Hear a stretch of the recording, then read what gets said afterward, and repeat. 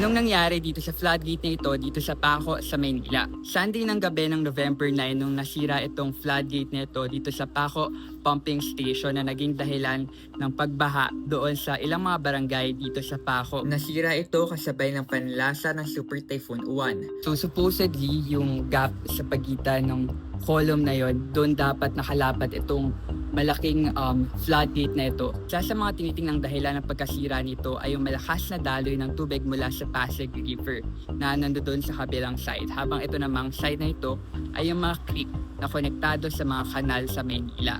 So ano ba yung epekto nito? Pag wala yung floodgate, hindi nakasara, yung tubig, babalik lang din. Kahit na gumana yung mga pump, babalik lang din yung tubig. So, bali wala yung purpose ng mga pump. No? So, Bukod dun sa malakas na daloy ng tubig mula sa Pasig River, tinitingnan ding dahilan ng pagkasira ng floodgate na ito, itong mga barge na nakaparada malapit dito sa floodgate na ito dito sa Paco. No, ang suspetsa, posible raw na mayroong barge na tumama dito sa floodgate na naging dahilan ng pagkasira nito. Ang flood control project na ito ay pinondohan ng World Bank. Ang contractor para dito ay ang kumpanyang PT Asiana Technologies.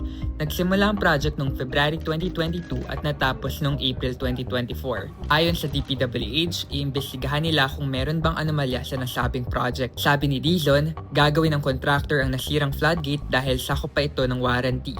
Target na matapos ito within 10 to 14 days. For more updates about flood control projects and other news, download the Raptor app.